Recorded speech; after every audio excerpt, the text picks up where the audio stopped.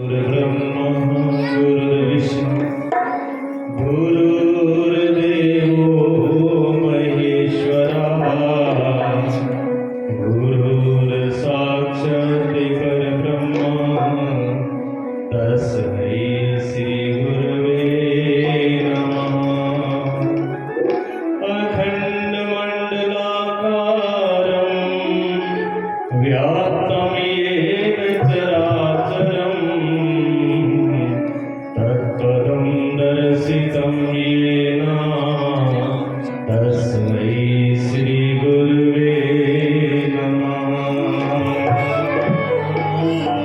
ध्यानमूलं गुरोः मूर्ति पूजामूलं गुरोः पदम् मन्त्रमूलं गुरोः वाक्यं मोक्षमूलं गुरोः कृपा।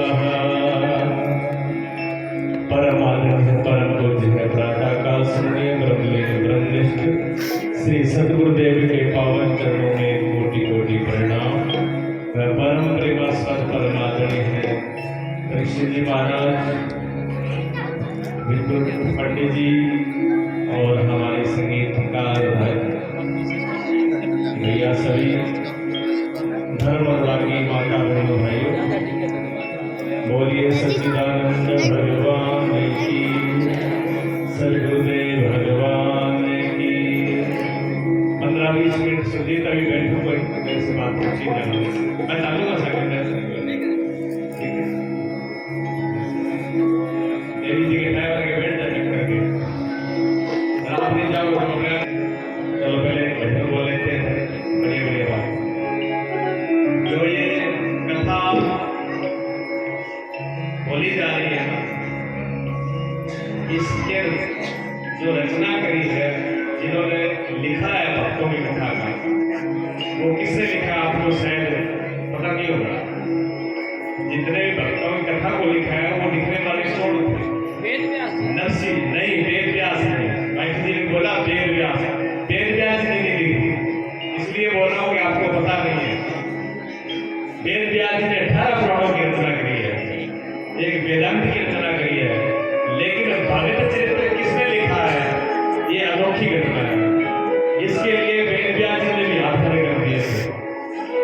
बड़े बड़े कवियों ने, बड़े बड़े विद्वानों ने हाथ खड़े कर दिए थे कि हम भक्तों का चरित्र नहीं लिख सकते, भगवान का चरित्र लिख सकते हैं, भागवत लिख सकते हैं, पुराण लिख सकते हैं, लिख सकते हैं, लेकिन भक्तों के बारे में हम कुछ नहीं लिख सकते। इसमें सभी ने हाथ खड़े कर दिए थे, बड़े बड़े कवियों ने और बड़े बड़े विद्वानों ने इसके आगे हाथ झुके थे। उसके बाद भी चरित्र लिखा गया। उसकी जो जड़ है वो आपको आज बताता हूँ मैं, क्योंकि मालूम होना चाहिए। हाँ, मालूम होना चाहिए। आपको किसी को पता है किसने लिखा है? अभी तो नहीं पता, बताएंगे, लेकिन बताएंगे शांति से बैठ रहेंगे तो दिखता है कब ये घर बैठे मिल रहे हो, सब कुछ नहीं मिल रहा है। हाँ, कथा रोज नहीं मिलनी, काम रोज मिलेगा। काम तो आप करना नहीं चाहोगे, तभी जबरदस्ती आपके घर में आएगा, लेकिन कथा आप मन में सोच लोगे कि भगवान की कथा हमें प्राप्त हो जाए, तब भी आपको मिलना मुश्किल है। 2 दिन की कथा हो रहा है, 2-तीसरे दिन आप सब मन बना के 12 बजे आए। 2 दिन के बाद 12 बजे सारी लंगित हो गई, ये भी कथा सुन के आओ फ्रिज से बाहर। ना फ्रिज से मिलेंगे ना ये सौदा वाले मिलेंगे। 22 तारीख के शाम में संगीत हो जाएगा, कथा करता जाएगा और दूसरी जगह पहुंचते जाएंगे। सत्संग कथा संतों का संग दुर्लभ है। ज्यादा टेंशन लेकर के पीछे की घर को देख के, काम को देख के मत बैठा करो, सब कुछ भुला करके बैठा करो। नरसिंह का, सतना कसाई का, कर्मा बाई का, धना जाट का, अर्जुन का, पांडवों का, ध्रुव का, प्रहलाद का, मीरा बाई का, गोपियों का, सबका कार्य अगर भगवान साथ सकता है तो आपका भी साथ सकता है। ठीक है। कथाओं से क्या सीखना है? आपको ये भ्रम है कि मैं कर रहा हूं। अभी भी नरसिंह ने तो अर्पण कर दिया था, इसलिए सब कुछ भगवान का ले लिया, लेकिन आपके अंदर सिर्फ अहंकार है कि मैं कर रहा हूं। लेकिन वास्तव में आप कर रहे हो? बताओ क्या कर रहे हो? आपकी नसों में खून चलता है, आप चला रहे हो क्या? सांस चल रही है, आप चला रहे हो? धड़कन आप चला रहे हो? फेफड़े आपके द्वारा चल रहे हैं।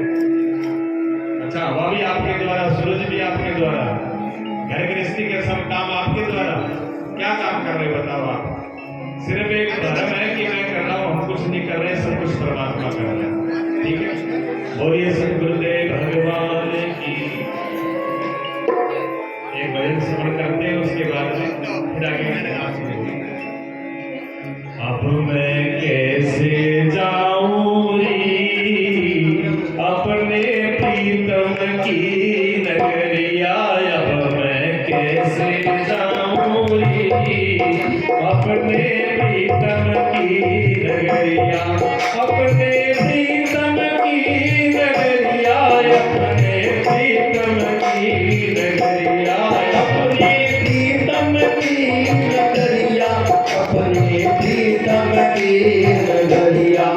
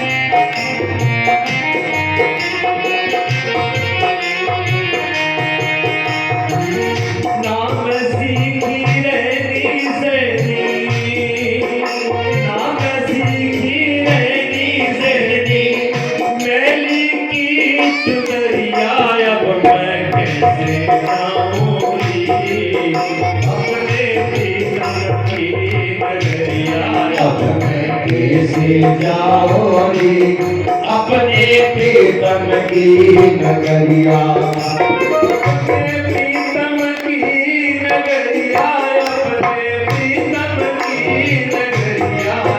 मैं कैसे जाओरी अपने प्रीतम की नगरिया।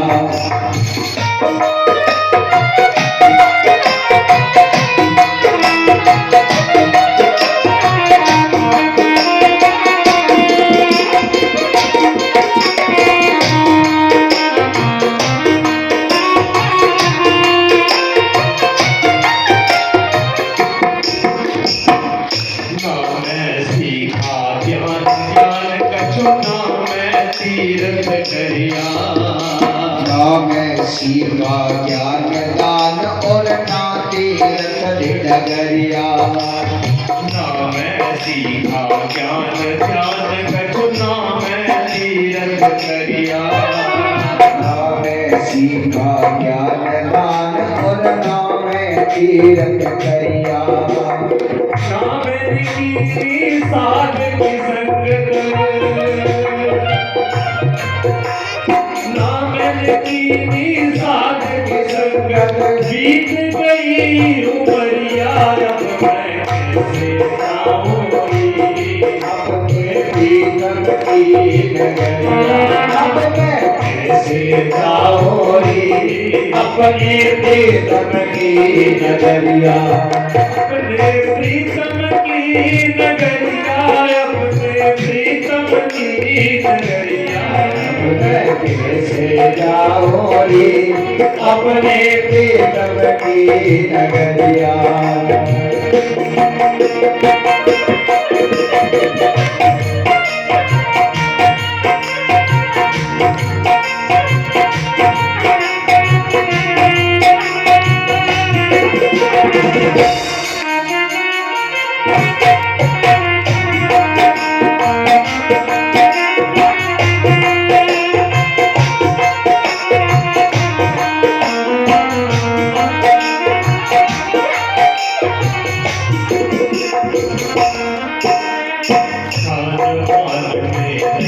दीवानी अहंकार में भरिया। दीवानी अहंकार में भरिया।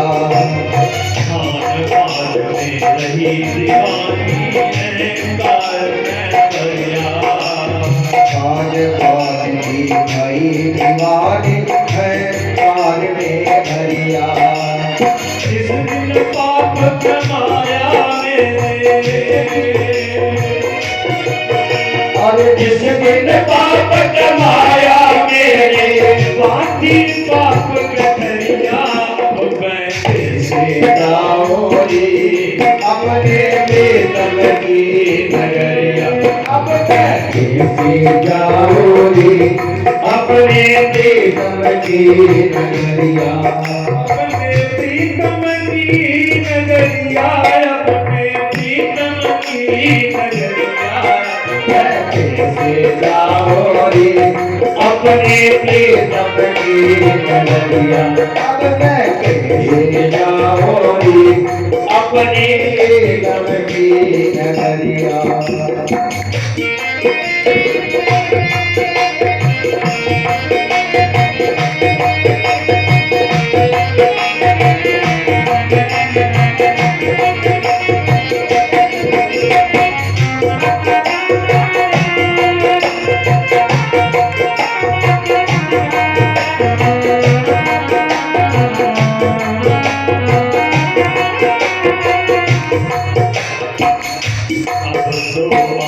तुम्हारी मेरे मनमोहन सांवरिया।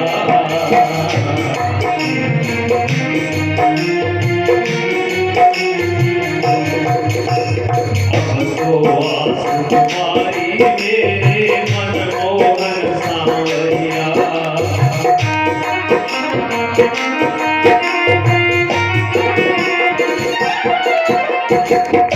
भिक्षु भिखारी द्वार तिहारे, भिक्षु भिखारी द्वार तिहारे। सड़कों में नजरिया, कैसे जाओरी अपने प्रीतम की नगरिया।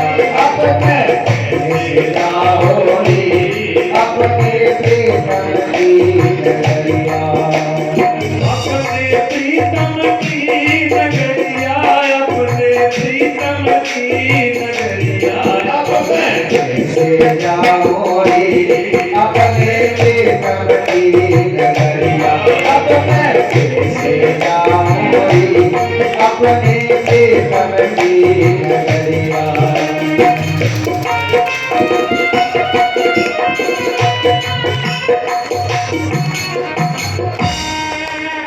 बोलिए सतगुरुदेव भगवान की जय हो। अब मैं कैसे जाऊं रे अपने प्रीतम की नगरिया। प्रीतम कौन है? सांवरा, सांवला से सांवरिया है। हमने नरसिंह जी की तरह अपने आप को अर्पण नहीं किया। हमने भक्तों की तरह, मीरा की तरह, गोपियों की तरह इस चुनरी को पवित्र नहीं किया। जैसे बेटा दोषी हो जाए तो बाप से आंख मिलाने में दिक्कत होती है। और स्कूल में टापरा और काम ना कर है तो मास्टर के सामने जाना में दिक्कत हो रही है। ऐसे सभी जगह जहां अपराध हो जाता है वहां जाने में हिचकिचाहट होती है। भगत परमात्मा से प्रार्थना करते हैं कि मैं कैसे जाऊं परमात्मा के सामने, क्योंकि जिसके लिए ये हमको दिया है ना, ये मनुष्य शरीर, ये मनुष्य चोला, ये जिसके लिए दिया है, बस सिर्फ वही काम नहीं किया, बाकी सब काम किए। जिसके लिए परमात्मा ने दिया था उसी को छोड़ करके इस चोले के द्वारा सब काम हुए। एक पेट भरने के लिए पहले तो बड़ी बड़ी डिग्रियां होती है, फिर नौकरी के लिए बड़े बड़े प्रयास होते हैं, फिर नौकरी पा करके सिर्फ पेट ही भरा जाता है, इससे ज्यादा कुछ नहीं किया जाता। एक चूहा, एक बिल्ली, एक कुत्ता, एक छोटा बड़ा जीव कोई डिग्री नहीं करता, कोई टेंशन नहीं लेता, लेकिन पेट महसूस होता है। ये इंसान को छोड़ करके कोई जानवर पेट के लिए डिग्री करने नहीं जाता। पेट के लिए डिग्री सिर्फ इंसान करने जाता है। नौकरी भी वही करता है, टाइम से बेटाइम बाजता है। आपने गौर किया कभी? सुबह 4 बजे पक्षी जग जाते हैं और अपना खाने पीने में मस्त हो जाते हैं, और शाम को सूरज छिपे के बाद में आप पक्षियों को दाना और रोटी डाल के देख लेना, अगर मिल जाए तो बता देना। दिन छिपे के बाद में कौवा, चिड़ी, कबूतर आपको कोई नहीं मिलेगा जो आपका चोगा। आप रात दिन छिपे के बाद में बाजरी और आटा और पेड़ डाल के आ जाना, अगर कोई चिड़िया छूट जाए तो बता देना मेरे। बड़े प्रेम से जाके आराम से जाके घर में विश्राम करते हैं। आप सुबह से लेकर के आपका दिन का, रात का, सुबह का, शाम का, पैर का, दोपहर का आपको कोई पता ही नहीं है कितना कमा रहे हो। लेकिन पूछ रहे किस लिए कमा रहे हो, पूछ लो किस लिए कमा रहे हो, ये भी पता नहीं। कमा रहे हैं काले। पेट तो महापुरुषों ने, भगवान ने शास्त्रों में लिखा है। कभी साहब कहते हैं पहले बनती है प्रारब्ध, पाछे बनता है शरीर, तू तेरी भोगत है कहेंगे दास कबीर। कहते हैं इसका तो भोग पहले ही बना जाता है। बागड़ी भाषा में कहते हैं कि पहला चूंच बाद मारा चौको पहले बन जाए। चौका पहले बन जाता है, चूंच बाद में आते हैं। क्या कोई देखते नहीं हो आप? माताएं कहती है तेरे को मैंने अपना दूध पिला करके इतना बड़ा पोस के किया है। मैं कहता हूँ माँ बिल्कुल झूठ बोलती है 101%। अगर माँ की दूध पिलाने की औकात हो तो अपने 20 साल के बेटे को पिला के दिखा दे। काम तो जो टाइम से ही हुआ है। आने से पहले कौन व्यवस्था करता है? पता है कि बच्चा आने वाला है, वो रोटी नहीं खा सकता, दांत की व्यवस्था नहीं है, हजमे की व्यवस्था नहीं है। जब माँ के पेट में रहता है तो वैसी व्यवस्था करता है, और जब संसार में आता है तो उससे पहले माँ के दूध नहीं होता, आने से पहले दूध हो जाता है। ये गलत बोल रहा है माता, गलत है ये बात। उसके आने से पहले प्रबंध कर देता है माँ को। जैसे ही दांत आ जाते हैं वेंटिलेटर लेके भेजो कि अब वो खान पीने लगे, दूध बंद कर दो। जब वो खाने पीने लगता है भगवान के घर से उसकी व्यवस्था हो जाती है, ऑटोमेटिक दूध बंद हो जाता है। डॉक्टर साहब गलत है बात? सही बात। व्यवस्था वो करता है, सिर्फ हमारा इंकार है। इंकार को छोड़ दीजिए, सब कुछ परमात्मा में समर्पण करके इसको भजन, ध्यान और सेवा में लगाइए। कर रहे हो बहुत कुछ, बड़ा अच्छा। आज मुझे लगा कि सवामणि के लिए ऋषि जी ने बोला, और 50 से ज्यादा लोगों ने सवामणि दिखा दी है, उनके लिए सब लोग ताली बजाओ। ठीक है, दूसरी बात गौर से सुन लो, और बात समझ में ना आए 2-4 बात जिनमें बांध दी होगा। ठीक है ना? एक साल में कितने दिन होते हैं? 365 365। हर गांव में कितना दिन घर है? 1400 घर है जी। 1400 घर है। 1400 में से 25% निकाल दो, भी गरीब है जो भी नागरिक का जगह है। 75% उसमें से सारे कमाने वाले और खाने वाले। ठीक है ना? और डॉक्टर जी ही हर साल खातिर कौन देगा कि सवामणि जिन्होंने लिखाई है उनकी हर साल के लिए सवामणि है। ये ताली बजा लो आप।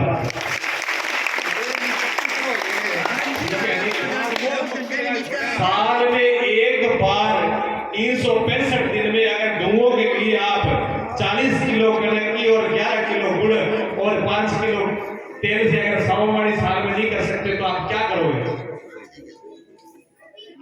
एक चींटी भी 365 दिन में एक कीड़ी भी अगर दाना जाए अगर इकट्ठा करेगी नहीं तो क्वार्टरों ज्यादा गौशाला में ढेर मार देगी।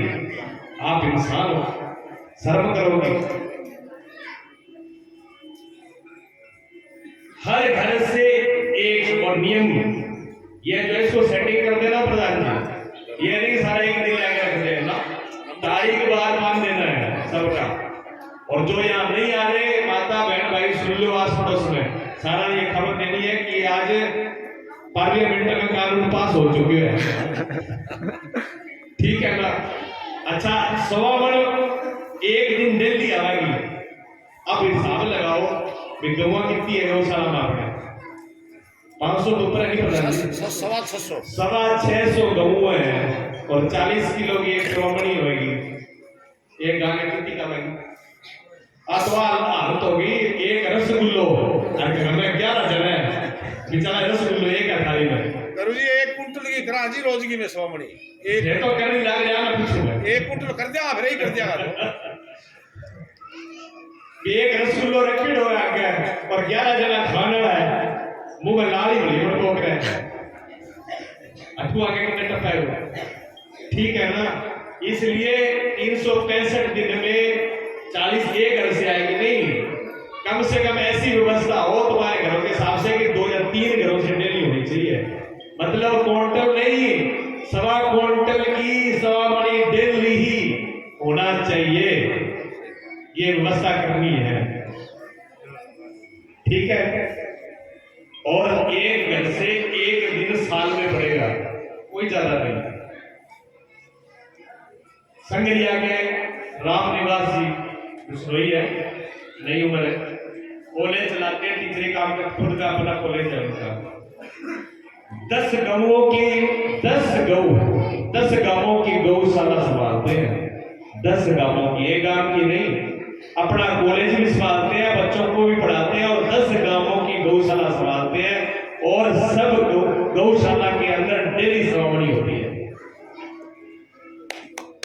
बजाओ ताली मेरे को मार्केट टाइम आप बोलते हो कि हमारे पास टाइम नहीं है और आप कभी मिला तो मिलाऊंगा आपको आश्रम में कई प्रोग्राम मिलाऊंगा उसको आप सोचिए कॉलेज चला रहा है घर बार चला रहा है बच्चों को पढ़ा रहा है फिर भी 10 गांव की गौशालाओं के लिए अभी मेरे पास गया था और बोला कि स्वामी जी एक व्यवस्था करनी है 50 गांवों के अंदर गौओं के लिए हॉस्पिटल नहीं है और 1 करोड़ का हॉस्पिटल तैयार करना है हर गऊ का स्टैंडर्ड का VIP इलाज हो उसके लिए तैयारी में लगा हुआ है और हो सकता है कि वो 1.5 का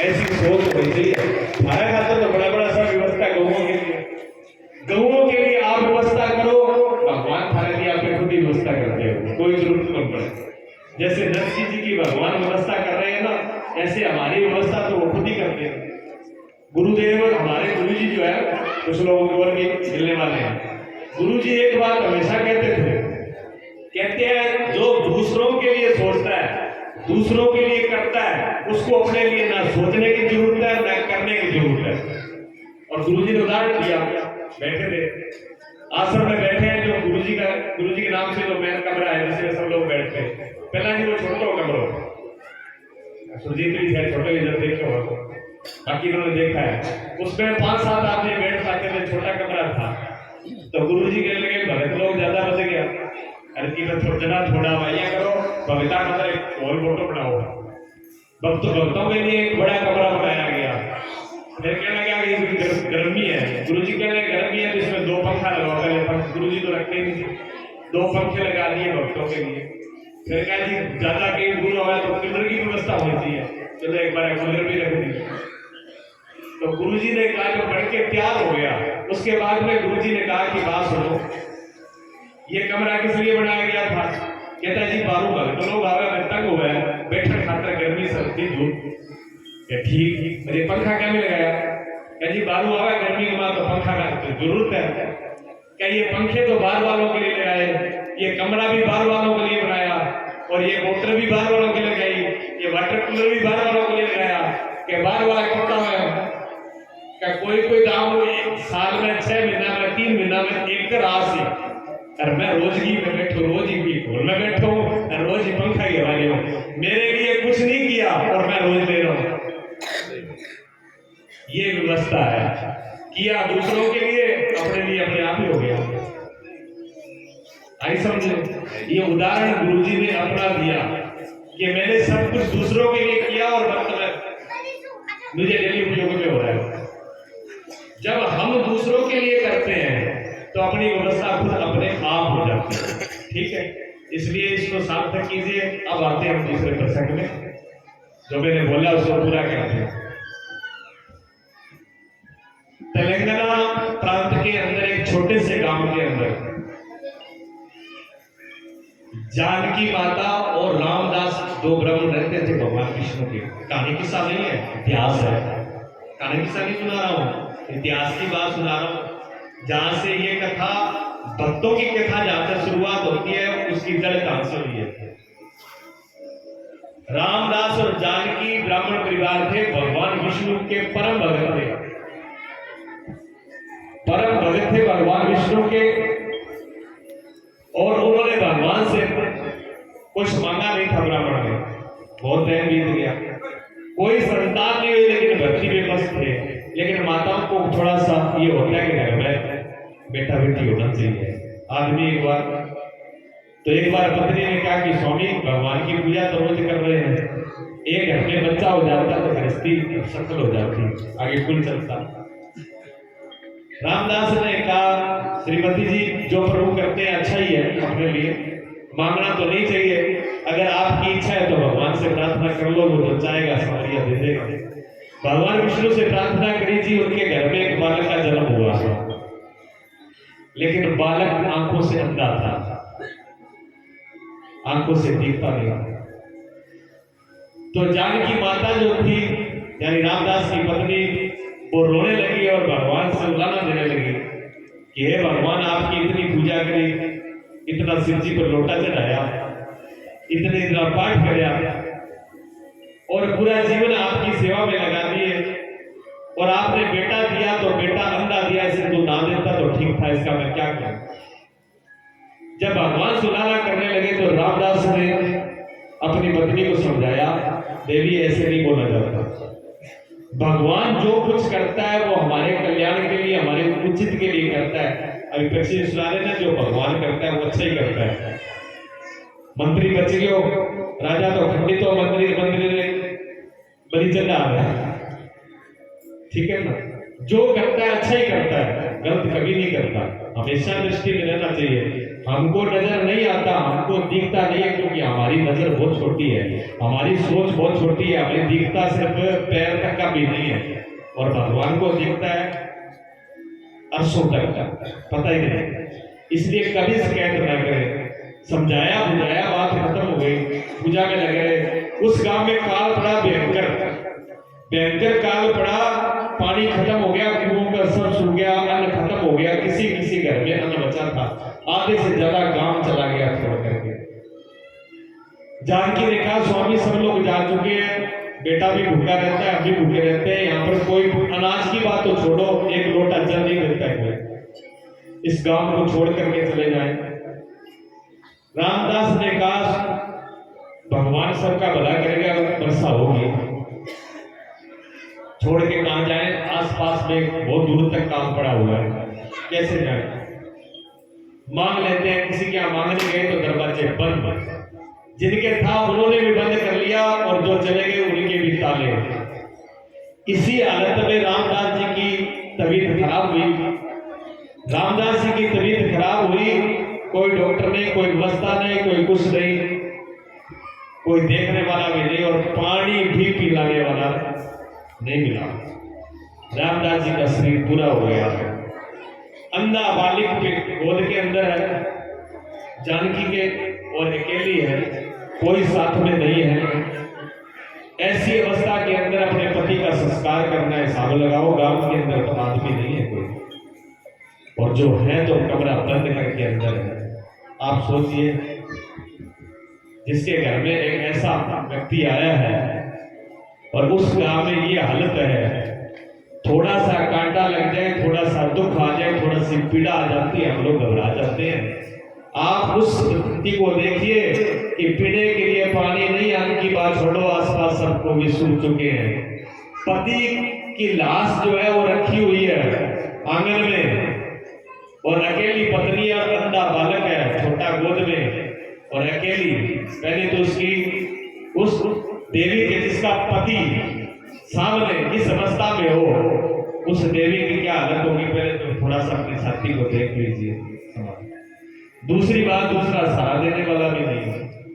पहले तो रोती है, वो रो रा करके जब कुछ शांत होती है तो उसने कहा कम से कम मेरा इतना फर्ज है कि इसका संस्कार कर दूं।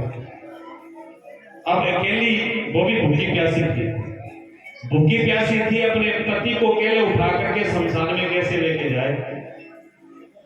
थोड़ा सा दिमाग लगाया, एक बैलगाड़ी खड़ी थी, उस बैलगाड़ी को लेके आई है।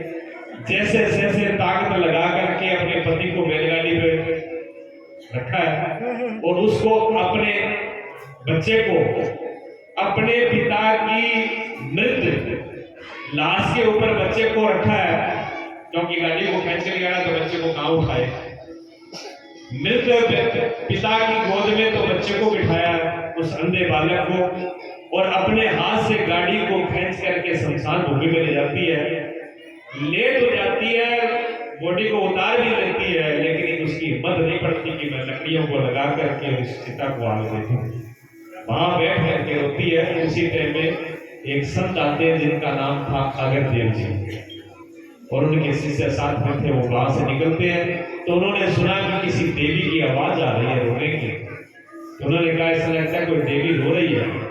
रोने की आवाज सुन करके अगरदेव जी वहां आते हैं तो देखा कि एक लाश जो पास में पड़ी हुई है, एक अंधा बालक पास में, और बाप देख जो महिला रो रही है। उन्होंने कहा बेटी आप क्यों रो रही हो? उन्होंने कहा मेरा पति ऐसे ऐसे और कोई नहीं है। उन्होंने कहा बेटा रो मत, जो परमात्मा ने कर दिया उसके आगे किसी का नहीं होता, उसको स्वीकार करो और तुम शांति रखो। हम तुम्हारे पति का संस्कार करेंगे। उन संतों ने ही लकड़ियां इकट्ठी करी और उन रामदेव का संस्कार उन्होंने किया। संस्कार करके वो चले गए, संस्कार चले गए, लेकिन गांव में तो कुछ नहीं था, अकाल पड़ गया था। अकाल पड़ गया, अब वो कैसे अपने बच्चे को पाले? 2-4 दिन उसने निकाले होंगे जैसे तैसे। अब उसने कहा ये भूखा प्यासा बच्चा है, इसको सामने मरते नहीं देख सकती हूँ। उसने अपने बच्चे को गोद में लिया है और बाहर निकल पड़ी है, लेकिन वहां तो आसपास कहीं जल ही नहीं। चलती गई जंगल में हार जाती है। बच्चा जो बालक छोटी उम्र है, छोटे में बिल्कुल, वो रोता है माँ मुझे भूख लगी है, माँ मुझे प्यास लगी है, मैं प्राण मेरे प्राण जा रहे हैं। अब वो इधर उधर देखती है कि कुछ होता ही नहीं है, तो उस बालक को, अंधे को वहां छोड़ देती है माता जंगल में और कहती है बेटा तू यहाँ बैठ, मैं पानी दे करके जाती हूँ। और वो पानी के लिए निकलती है, भूखी और प्यासी होती है। थोड़ी दूर चलती है, एक पत्थर से ठोकर लगती है और वो गिर जाती है और माँ बेहोश हो जाती है, सिर में चोट लगती है, खून आ जाता है और माँ वहां पर पूरी तरह से पड़ जाती है और बच्चा वहां पर रो रहा है। भूखा प्यासा बच्चा रो रहा है, माँ वहां पर पड़ी हुई है, उठने की समर्था नहीं है, सिर में चोट आ गई, खून लग रहा है। आप इस अवस्था को थोड़ा गौर करें, ऐसी अवस्था है, कितनी असहाय अवस्था है। इसी टाइम पर 4 दिन बाद में वही अगरदेव जी जो है वापस लौट करके फिर उसी रास्ते आते हैं। उनका जंगल में से रास्ता होता है और अगरदेव देखते हैं कि एक बालक रो रहा है। उन्होंने कहा एक बालक की जंगल में रोने की आवाज आ रही है, और जंगल में आते हैं, वो देखते हैं एक बालक, और बालक को देखते हैं और बालक भी अंधा, जंगल में कोई नहीं है। पूछते हैं उस बालक से पूछते हैं बेटा आप कौन हो? तो अंधा बालक जो छोटा सा क्या कहता है? जवाब देखो उसका क्या है। कहते जो आप हो वही मैं हूं। छोटा सा बालक ने जवाब दिया जो आप हो वही मैं हूं। इतनी बात सुनकर के अगरदेव जी की एकदम सांस वही रुक गई और उन्होंने एकदम कहा कि बालक साधारण नहीं है, बालक साधारण नहीं, बालक दिव्य है। उन्होंने तुरंत आंखें बंद की, आंख बंद करके उन्होंने पूरा दृश्य देख लिया कि ये तो एक ब्रह्मा जी का अवतार है, लेकिन आंखों से अंधा है। उसका भी लेख है, ब्रह्मा जी के अवतार थे लेकिन आंखों से अंधे थे। अच्छा, ब्रह्मा जी का अवतार होकर के आंखों से अंधे क्यों थे? कारण ये था जब भगवान कृष्ण ने रासलीला की थी ब्रज के अंदर, तो ब्रह्मा जी ने गौएं और ग्वाल वालों को 1 साल के लिए चुरा लिया था। 1 साल के लिए ब्रह्मा जी गौओं को और ग्वाल वालों को ले गए चुरा के, भगवान कृष्ण ज्ञानी जान थे, सब देख लिया, ब्रह्मा जी की करामात है। भगवान कृष्ण ने वैसी गौर वैसे ग्वाल और बना लिए, क्या तू लेके बैठो रहे। ठीक है, वो तो बात सारी ठीक हो गई। बाद में ब्रह्मा जी ने माफी मांगी, मेरी गलती हो गई। तो भगवान ने कहा ब्रह्मा जी को, आपने मेरे प्यारे और मेरी गौओं से मुझे दूर किया था मुझसे। 1 साल के लिए मेरे जो प्यारे थे ग्वाल गोपाल और जो मेरी प्यारी गौएं थी, उनको 1 साल के लिए तुमने मेरे से दूर किया, उसका दंड तुम्हें मिलेगा। तुम मृत्यु लोक में तुम्हें जन्म लेना पड़ेगा और तुम आंखों से अंधे हो गए। और जब गुरु की कृपा होगी तुम पर, जिस दिन तुम पर गुरु की कृपा होगी उस दिन तुम्हारे आंखें दोबारा आएगी, ये बोला था। अब अगर देव जी आ चुके हैं, सब कुछ देख लिया, उन्होंने पूछा कौन है आपकी, उन्होंने कहा मेरी माँ है। कहां पर है आपकी माँ? जंगल में पानी लेने गई है। अगर देव ने कहा जंगल बड़ा घना है और दूर दूर तक पानी नहीं है, माँ किधर को गई है? बालक ने कहा आपको दिखाई नहीं देता, किधर गई है? अच्छा चलो कोई बात नहीं, चलो आपकी माँ को ढूंढते हैं। 4 कदम चलते हैं तो माँ जो है मृत पाई जाती है। उन्होंने कहा अरे ये तो मृत लेटी हुई है, पता नहीं कौन है। अगर देव छोटा सा जो बालक है उससे पूछते हैं बेटा ये कौन है? उन्होंने कहा मेरे तो आंखें ही नहीं, मैं क्या जानूं कौन है। तो तुम अपनी माँ को पहचान सकते हो? कैसे पहचानोगे? बेटे ने कहा कि मैं अपनी माँ को पहचान सकता हूँ, मैंने देखा तो नहीं है मेरी माँ को, लेकिन मैंने छुआ है। मेरी माँ को मेरा हाथ लगा दो, मैं पहचान लूंगा। तो उन्होंने जैसे माँ पास में लेकर के, वो छोटा सा बालक है अंधा, वो माँ के जैसे गाल पे हाथ रखता है और रोना शुरू कर देता है, यही मेरी माँ। अगर देव जी समझाते हैं उनको कि बेटा ये तो अब जो परमात्मा का विधान है पूरा हो चुका है। देखो अगर देव जी ने ही पिता का संस्कार किया, अगर देव जी ने माँ का संस्कार किया, माँ का संस्कार करने के बाद में अगर देव जी कमंडल से जल लेते हैं और जल पड़ करके उस बालक की आंखों पे मारते हैं और बालक की आंखें खुल जाती हैं। ये हकीकत है। उसके बाद अगर देव जी लेके जाते हैं और उस बालक का नियम शुरू हो जाता है गुरु के पास में, बेटा जो भी संत आए उनके प्रणाम करना, उनके चरण धोना, उनकी सेवा करना है। और जब तक इस आश्रम में आकर के संत भोजन पा नहीं लेंगे तब तक मैं भोजन नहीं पाता हूँ, ये मेरा नियम है। अगर देव जी का ये नियम था, जब तक घर में संत भोजन नहीं पा लेंगे आश्रम में, तब तक भूखा रहेगा, भूख नहीं लगेगा। संत भोजन के बाद ही भोग लगेगा, ठाकुर को भोग लगेगा उसके बाद में। और जो वो बालक था उसके लिए क्या नियम था? जब सब संत भोजन कर जाएं और गुरु भी भोजन कर ले, उनकी थाली में जो थोड़ा थोड़ा बच जाता है जूठन में, उस प्रसाद को पाना है, ये उनका नियम था। उसको बोलते हैं महाप्रसाद। संतों की थाली में जो पीछे बच जाता है वो महाप्रसाद है। उस महाप्रसाद को जब तो नारद जी ने किया था, उनकी माता ने नारद जी को खिलाया तो 3 लोग के देव बन गए थे वो। और आज अगर के जो शिष्य हैं वो बालक है, उनको खिलाया जा रहा है। उनका भोजन वही होता था जो जूठन बचती है। चलते रहे, गुरु की सेवा में मगन हो गए। अब आप सुनिए यहां से गुरु की और शिष्य की कैसा संबंध है।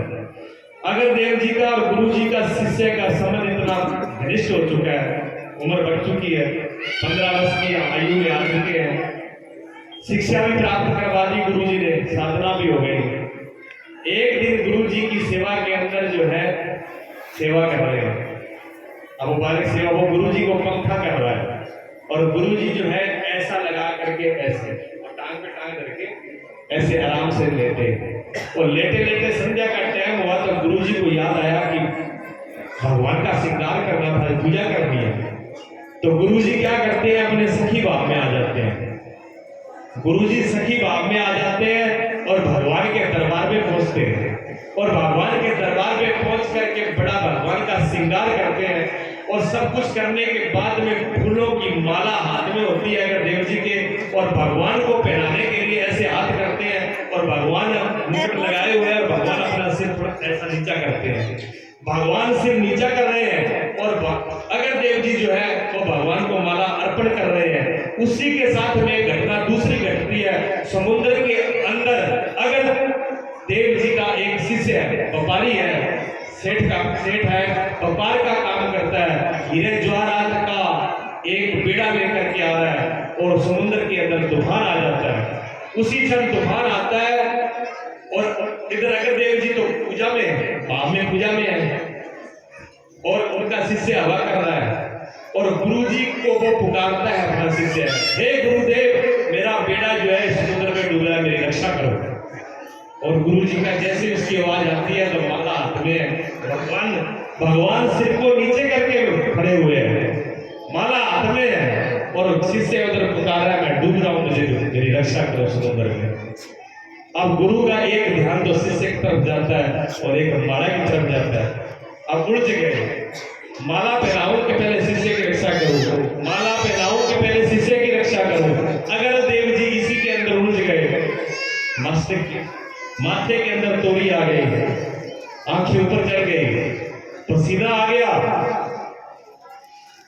शिष्य जो है पंखे की हवा कर रहा है और उसने कहा क्या बात है, गुरु जी शांत मुद्रा में थे और एकदम पसीना हो गया और माथे की आकृति बदल गई और शिष्य ने अपना ध्यान लगाया है।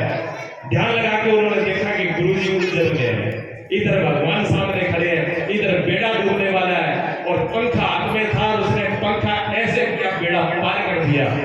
शिष्य ने बेड़ा पार कर दिया और बेड़ा पार करने के बाद में अभी गुरु जी ध्यान लगा रहे थे, उसने कहा गुरु जी भगवान सिर नीचे करके खड़े हुए, माला पहना दो, बेड़ा तो पार हो चुका। तब अगर देव ने आंखें खोली और खोल के कहने लगा वाह धन्य है शिष्य वैसा हो, मेरी नाभि की बात जो मैं ही जानता हूं, दूसरे को किसी को पता नहीं था, सब पूजा उनके अंदर ही तो सब हो रही थी, मेरी नाभि को जानने वाला पहला मेरा शिष्य है, इसलिए तेरा नाम है नाभादास। उनका नाम पड़ा नाभादास जी। और नाभादास जी को फिर अगर देव जी ने कहा बेटा एक इस दुनिया का सबसे बड़ा काम है जो अभी तक कोई नहीं कर पाया, 18 पुराणों की रचना वेद व्यास जी ने कर दी, 6 शास्त्रों की रचना हो गई, ब्रह्मा जी के द्वारा 4 वेदों की रचना हो गई, वेदांत की रचना हो गई, पतंजलि ऋषि के द्वारा योग की रचना हो गई, सबकी रचना हो गई, लेकिन भगत चरित्र अभी तक नहीं लिखा गया। और भगत चरित्र का लिखने का कारोबार आज मैं आपको सौंपता हूँ। ये नाभादास जी को अगर देव जी ने सौंपा तो नाभादास जी रोने लगे, नाभादास जी रोने लगे, गुरुदेव आप और कोई काम सौंप दो, आप भगवान का चित्र बता दो, मैं भगवान का चित्र लिख दूंगा, मैं भगवान की लीला लिख दूंगा। लेकिन एक भगत, कलयुग के इतने भक्तों, एक भगत की भी लीला को, एक भगत की भी भाव को जानना मेरा कहां समर्थ है। भगत की भगवान नहीं जान पाता, मैं कैसे जान पाऊंगा। तो अगर देव जी ने कहा कि जा मैं सीधा देता हूं, जिस भगत का चरित्र तुम लिखोगे वो स्वयं प्रकट होकर के अपना चरित्र तुम्हें बताएंगे। ऐसे नाभादास जी थे और ऐसे गुरु जी थे। नाभादास जी ने फिर उस ग्रंथ की रचना करी, उस ग्रंथ का नाम है भक्तमाल। भक्तमाल क्यों रखा है उस ग्रंथ का नाम? माल कहते हैं माला को, माला, ये माला है ना, ये माला है। माला कैसे बनती है? ये माला के मणके अलग अलग कर दो तो माला रहेगी। 108 मणकों को एक धागे में पिरो दिया, इसीलिए इसका नाम माला है। सारे भक्तों को सतयुग से लेकर के कलयुग के भक्तों का सबका एक ग्रंथ के अंदर सबको संजो दिया, इसलिए उसका नाम पड़ा भगत माल, भक्तों की माला है। ऐसे नाभादास जी हुए। तो नाभादास जी ने ही नरसिंह जी का चरित्र भक्तमाल में लिखा है। उसके बाद और कवियों ने अलग अलग भाषा में लिखा गया, ठीक है ना। कैसे देख लो उनका जीवन, कितनी कठिनाई में आंख से अंधे कैसे कहां पे जन्म लिया और कहां। इसलिए एक बात और बता दूं आपको, जब भगवान की कथा बोली जाती है, गौर से सुनना, जब भगवान की कथा बोली जाती है, भगवान की कथा क्या है पता है? भागवत जी भी भगवान की कथा है, गरुड़ पे गरुड़ भगवान की कथा है, गणेश पुराण में गणेश जी की कथा है, शिव पुराण में शिव जी की कथा है, देवी पुराण में देवी की कथा है, सूर्य पुराण में सूर्य की कथा है, सब अलग अलग कथा है। ऐसा भगवान की, भगवान की जब कथा होती है तो भगत सुनते हैं, और जब भगत की कथा होती है तो भगवान सुनते हैं। इसलिए कथा उससे बढ़ करके है। हाँ, आपके दिमाग में ये ना हो कि भागवत तो सुनाई होगी, भागवत से बढ़ के कथा भगत की है।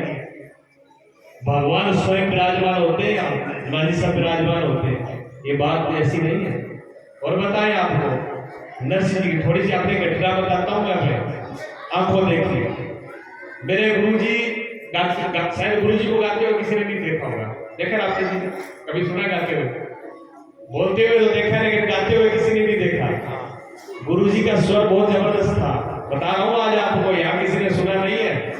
सातवें स्वर पे गुरुजी बोलते थे, बहुत तीखा स्वर था, और ऐसा कोई राग नहीं है जो जिसको गुरुजी को ज्ञान नहीं था, और बजाना भी जानते थे, लेकिन किसी के सामने बजाया नहीं। कोई गुरुजी का शिष्य कह दे गुरुजी ने किसी के सामने अभी बजाया हो, नहीं बजाया ना, बजाया। हमने एक बार देखा थोड़ी देर के लिए, जब लहर आ जाती थी, और अपनी लहर में आके गुरुजी ने कभी अगर नरसिंह जी का भजन गा दिया, हकीकत बता रहा हूँ, अपनी आंखों से देखी बता रहा हूँ, नरसिंह जी का भजन अगर गुरुजी ने कभी गा दिया तो बिल्कुल आकाश में एक भी बादल नहीं है तो भी वर्षा हो जाती है। ये मेरी आंखों में देखा, ठीक है। सोने की वर्षा नरसिंह जी की हुई थी। केदार राग जो है भगवान ने स्वयं नरसिंह जी को दिया था, और केदार राग में बहुत ताकत है। अभी पिछले गर्मियों की बात है, हमारा गुजरात आ गई, वर्षा नहीं हुई थी, वर्षा नहीं हुआ तो गुजरात कहने लगी कि गुरुजी वर्षा को नहीं हुई, के मैं रोज ही भजन बोला। मैं तो घर केदारनाथ गाना आवा कि नहीं, कबो के वो तो मैंने ठाकुर नहीं थी। मगर अगर कोई केदारनाथ गाना जानता हो तो भगवान कृष्ण का केदारनाथ में 5 भजन कर दो, वर्षा आ जाएगी। सुन लो गीत का हकीकत ही बात कैसी, वो तो कौन आवा है, मगर ना आवा तो जाओ गुरु जी को याद करके, गुरु जी का नाम लेकर के मंदिर में बैठ जाओ, और भगवान कृष्ण के 5 भजन दिल से प्रार्थना करके कर दो, उसी दिन शाम को वर्षा हो गई। ये हकीकत बात है। और नरसिंह जी का कथा के अंदर वर्षा नहीं हुई है, थोड़ी बहुत पड़ी है, हालांकि मांगी नहीं अपने, लेकिन भगवान ने कृपा करी है। ये भक्तों की कथा ऐसी है, ठीक है ना।